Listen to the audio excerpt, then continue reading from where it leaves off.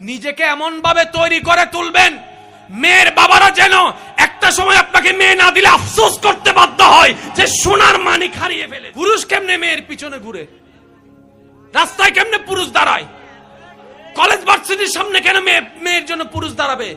আর রিজালু কাওয়ামুন আলান নিসা, এমন ভাবে তৈরি করুন নিজেকে যেন মেয়েরা আপনার। আলহামদুলিল্লাহ, রাসূল পাক সাল্লাল্লাহু আলাইহি ওয়াসাল্লাম বলছেন হাসরের ময়দানে একজন আসামি যাবে, যাওয়ার সাথে সাথে আল্লাহ তাআলা রহমতের চাদর দিয়ে তাকে ঘেরাও করে ফেলবেন।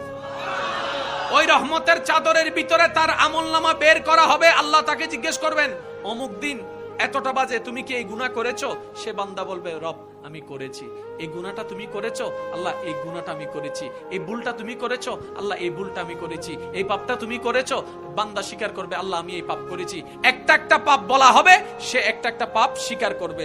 এবার রব্বে করিম বলবে, তার আমলনামার হিসাবে সে চলে যাবে জাহান্নামে। রব্বে করিম বলবে, হে আমার ফেরেশতারা, এই আমলনামার হিসাবগুলোকে আমি মাফ করে দিয়েছি, তাকে জান্নাতি করে দাও।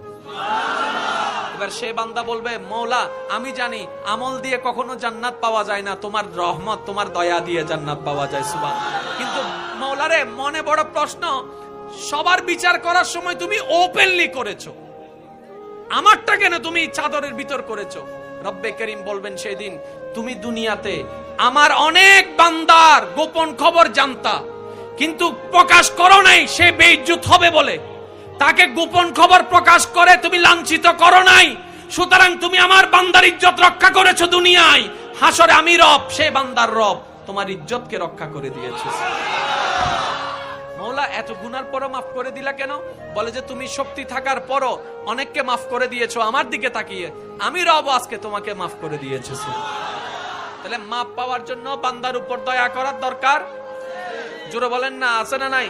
যেমন রাসূল পাক সাল্লাল্লাহু আলাইহি ওয়াসাল্লাম কি বলেছেন, যে বড়দেরকে সম্মান করে না, ছোটদেরকে দয়া দেখায় না, তার প্রতি কখনো আল্লাহ দয়া করে। সেজন্য যে কোনো মানুষকে আজকে থেকে আপনার রবের বান্দা হিসেবে চিন্তা করবেন। পারবেন ইনশাআল্লাহ। আপনার ভাইটা আপনার রবের, জোরে বলেন। আপনার চাচতো ভাইটা আপনার রবের, আপনার জ্যাঠতো ভাইটা আপনার রবের, আপনার চাচা বাবা আপনার রবের, আপনার স্ত্রী আপনার রবের। সুতরাং আজকে থেকে আর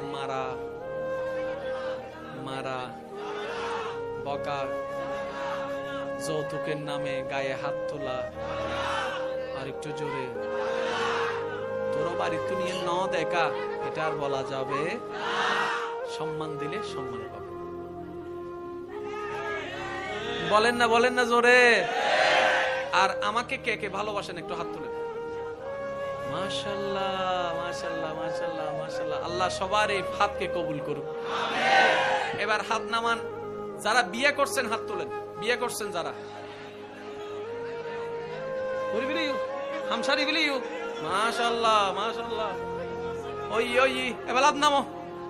যারা বিয়ে না করে হাত তোলো। ও আল্লাহ রে হুদুম। আচ্ছা, এবার আমার একটা আবদার, যারা বিয়ে করেন নাই, আমাকে যারা ভালোবাসেন তাদের কাছে আমার একটা আবদার, আল্লাহ যদি তৌফিক দেয়, বিয়ে করার সামর্থ্য দেয়, ইনশাআল্লাহ যৌতুক নেওয়া ছাড়া বিয়ে করবেন ইনশাআল্লাহ। মেয়ের বাড়ি থেকে যৌতুক তো দূরের কথা, একটা ফার্নিচার তো দূরের কথা, একটা সুতাও নেওয়ার দরকার।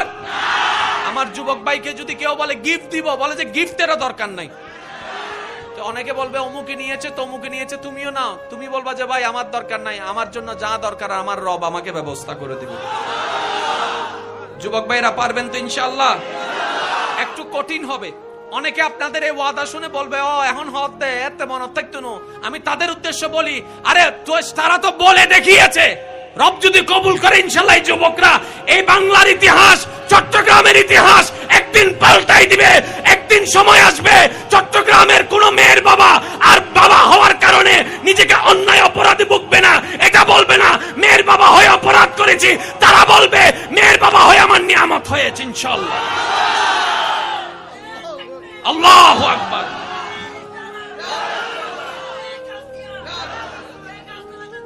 উচ্চ আওয়াজে বলেন মারহাবা। যুবক ভাইরা, যৌতুক নেওয়া যাবে।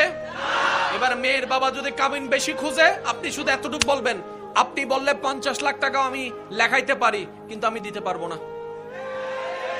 এবার আপনি যদি সমাজে সবার সামনে বড় হওয়ার জন্য মেয়েকে গরুর মতো দাম তোলার জন্য 50 লেখেন, কিন্তু আমি 50 পারবো না, আমি আমার উপার্জন থেকে হয়তো 5 লাখ পারবো, না হয় 10 লাখ পারবো, না হয় 20 লাখ পারবো, আমার পক্ষে এতটুকু সম্ভবপর নয়। এরপরে যদি বিয়ে দিল তো দিল, বিয়ে না দিলে নাই, কিন্তু এতটুকু মনে রাখবেন, নিজেকে এমন ভাবে তৈরি করে তুলবেন মেয়ের বাবারা যেন একটা সময় আপনাকে মেয়ে না দিলে আফসোস করতে বাধ্য হয় যে সোনার মানিক হারিয়ে ফেলেছে। পুরুষ কেমনে মেয়ের পিছনে ঘুরে, রাস্তায় কেমনে পুরুষ দাঁড়ায়, কলেজ ভার্সিটির সামনে কেন মেয়ের জন্য পুরুষ দাঁড়াবে? আর রিজালু কাওয়ামুনা আলান নিসা, এমন ভাবে তৈরি করুন নিজেকে যেন মেয়েরা আপনার পিছনে দৌড়ায়। আর এই কথা মনে রাখবেন, যে সে ছেলেরা মেয়ের পিছনে দৌড়ায়, মেয়েরা তাদেরকে ভালো চোখে তাকায় না। মেয়েরা বলে যে তোমরা তো পুরুষ জাতি, আমাদের পিছনে দৌড়াবা কেন? বরং নিজেকে এমন ভাবে তৈরি করো, ব্যক্তিত্ব এমন ভাবে সাজাও, নবীর সুন্নত দিয়ে, আল্লাহর বিধান দিয়ে জীবন কেমন ভাবে সাজাও যেন আমরা মেয়েরা তোমাকে পাওয়ার জন্য পাগল হয়ে যায়। মেয়েরা এরকম স্বামী পছন্দ করে। হদুনা মনে করে দেয় আয় সাইকেল লইতে এলে রোদুত ফু হইলে তারপরে বৃষ্টিত ভিজিলে আর ফেমুত ফুরি যাইব।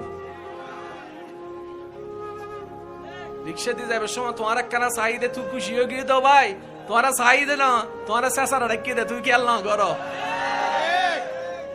কি হর হত্যারণী হিল্লে চেঁচারা পোয়াত জীবন অন্য দেখি জোতা দেখাইলে অতি এই তাহে ইয়া ইজ্জত আর আছে নি নাকি ফামসার? যুবক কল না মাতের আরো জোর না ইজ্জত আছে না ফামসার? ইজ্জত ফামসার এন্ডে জনত দরকার আছে না? আরো জোর জনত দরকার আছে না?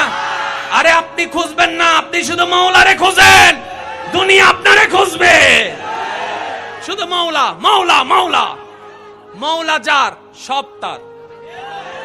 আর মাওলা যার হয় নাই কিচ্ছু সে পায় নাই, সেজন্য মাওলাকে খোঁজেন। আর সেই মাওলাকে, রবকে, রহমানকে পাওয়ার দেওয়ার জন্যই যিনি 12 রবিউল আউয়াল তাশরীফ এনেছেন, তিনি হচ্ছেন নবী রাহমাতুল লিল আলামিন। বলেন না সুবহানাল্লাহ? আর একটু জোরে বলেন সুবহানাল্লাহ। আমি 12টায় শেষ করব বলেছি, আপনাদের মহব্বত আরো সময় বাড়িয়ে দিয়েছি। শেষ একটা অনুরোধ আমি আপনাদের কাছে করব, পারতে পার কখনো মা বাবাকে কষ্ট দিবেন না, পাড়া প্রতিবেশীকে কষ্ট দিবেন না, চোখ নিচে রেখে হাঁটবেন, চোখ নিচে রেখে আসবেন। চিনেন না চিনেন আসসালামু আলাইকুম, চিনেন না চিনেন আসসালামু আলাইকুম, উত্তর দিলে দেখ, না দিলে নাই। কারণ অনেকে আছে সালাম দিলে এটা তার আল্লাহরে সে জবাব দেখ, আপনার সেদিকে নাক গলানোর দরকার। আপনার হক আপনি আদায় করবেন, আসসালামু আলাইকুম আসসালামু আলাইকুম। আবার ওইটা না আসসালামু আলাইকুম আসসালামু আলাইকুম, আর কত আছে ইসলাম ইসলাম, আজীব ব্যাপার এগুলা কি আসসালামু আলাইকুম। আবার আপনি যদি এরকম দেয়, অনেকে টাসকারি মারবে, মা যে সহি করে দিয়েছো তুমি, আসলে টাস মারে নাই, সে নিজে জানে না যে সেজন্য টাস মারছে। যে কথা কি বুঝতে পেরেছেন? কখনো যদি দেখেন আপনার নামাজের কারণে কেউ টিটকারি মারে, আপনি বুঝবেন যে সে আপনাকে টিটকারি মারতেছে না, আপনি নামাজ পড়ার কারণে সে 10 জনের কাছে প্রশ্নবিদ্ধ হচ্ছে, কিরে তোর বন্ধু নামাজ পড়ে তুই পড়স না কেন, সেজন্য আপনাকে ওখান থেকে ফিরানোর জন্য টিটকারি মারে। যে নামাজ সারা যাবে। শেষ একটা কথা বলি, আমরা অনেক সময় ভাইয়া কি করতাম আমি, আচ্ছা আপনারা যে প্রথম থেকে চিল্লাইতেছেন, এই চিল্লানো বসার জন্য সরার জন্য, কেউ সরছে কেউ বসছে, এই চিল্লাই লাভ কি? চুপ করে থাকেন, অজম করে ফেলেন, এটা ডুবলি ফেল। শেষ। একবার বলেন আলহামদুলিল্লাহ। আমার এই কথাটা বলে আমি শেষ করছি, একটু মনোযোগ, সবার মনোযোগ, সবার মনোযোগ, একদম সাইলেন্ট সাইলেন্ট। দেখেন জীবনের সাথে মিলে কি মিলে না, কথাটা একটু দেখবেন। আমরা অনেক সময় নিজেকে বড় দেখাতে গিয়ে অন্যকে ছোট বানাই।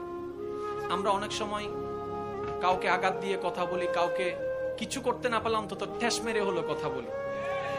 আমরা এই সমস্ত কথাগুলা বলে অন্যকে ছোট দেখিয়ে, একটা বড় মজলিসে অন্যকে কাউকে একটু হিট করে কথা বলে, ছোট দেখিয়ে কথা বলে মনে হয় যেন আমরা নিজেরা অনেক বড় হয়ে গিয়েছি। একটা প্রশান্তির নিঃশ্বাস আসে যে না আমি বড় হয়ে গেছি, সে তো হার মেনেছে, সে উত্তর দিতে পারে নাই। মনে রাখবেন, আমি শ্রদ্ধার সাথে বলি, ও আমার ভাই এবং বোনেরা, এই নিঃশ্বাসটা হাসরের ময়দানে অনেক ভারী হয়ে যাবে, অনেক ভারী হয়ে যাবে, অনেক ভারী হয়ে যাবে, কল্পনাও করতে পারবেন না। মানুষের দিলে যখন আঘাত লাগে, সেটা রবের দরবারে গিয়ে পৌঁছে যায়। আর সেই মানুষ যতক্ষণ ক্ষমা না করবে, রবও আপনাকে আমাকে ক্ষমা করবে না। তাই কখনো এই জবান যেন কারো মনের আঘাতের কারণ না হয়। নবী রাহমাতুল্লিল আলামিনের হাদিস সবারই জানা আছে।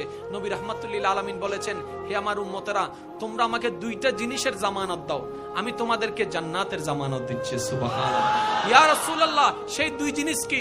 নবী রাহমাতুল্লিল আলামিন বলে, একটা হচ্ছে তোমাদের লজ্জাস্থানের আমানত আমাকে দাও, জামানত আমাকে দাও। এই লজ্জাস্থান সব জায়গায় ব্যবহার করা যাবে না, শুধু হালাল জায়গায় ব্যবহার করবা। আর দ্বিতীয় নম্বর, এই জবান দিয়ে কারো কাছে কোনো আঘাত দিয়ে কথা বলবা না, কষ্ট দিয়ে কথা বলবা না, কাউকে ছোট করে কথা বলবা না, কাউকে ইগনোর করে কথা বলবা না, কাউকে তোমার ছোট দেখিয়ে কথা বলবা না, কারো মনে কষ্ট যায় এমন কথা বলিও না।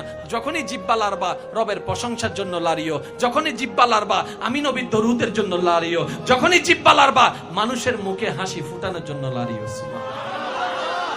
আল্লাহ আমাদের সবাইকে বুঝার তৌফিক দান করুন। আমি এখন যাব, মানুষ বেশি হয়েছে, এদিকে যাবার রাস্তা আছে, আপনারা একটু শুনেন। দেখেন, আমি কিন্তু যথেষ্ট সময় আপনাদের মহব্বতে দিয়েছি, ঠিক না? এখন আমি একটা আবদার করি, রাখবেন তো ইনশাল্লাহ? আপনারা কোনো প্রকার উশৃঙ্খলা হো-হুল্লাস করবেন না। ওরা তবুরুক যা দিবে ফাললো আলহামদুলিল্লাহ, না ফাললো আমি আপনাদের থেকে বিদায় নিচ্ছি। একটা অনুরোধ এসেছে, এই অনুরোধটা, আজানের একটা অনুরোধ আসছে, দেওয়া লাগবে? দেওয়া লাগবে তো? আজানের এক কলি শেষ হলে আপনারা সবাই কি বলবেন?